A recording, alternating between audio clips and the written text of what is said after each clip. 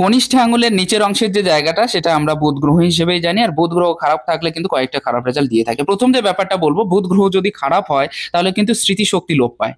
বুধ আমাদের যোগাযোগের কারক গ্রহ, অতএব বুধ যদি খারাপ থাকে তাহলে কিন্তু যোগাযোগের ক্ষেত্রটা আমরা রক্ষা করতে পারি না। বুধ যদি খারাপ থাকে তাহলে কিন্তু তারা সত্য কথা বলার যে প্রবণতা সেটা কিন্তু হারিয়ে ফেলে।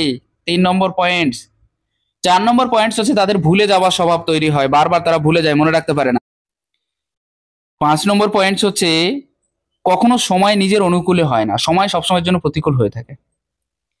এদের কথা খুব কর্কশ হয়ে থাকে, এরা কখনো মিষ্টিভাষী হতে পারে না, এদের কথা কেউ শুনতে চায় না, বারবার কানের কাছে বললেও কিন্তু কেউ শুনে না, সবাই দূরে সরে যেতে চায়।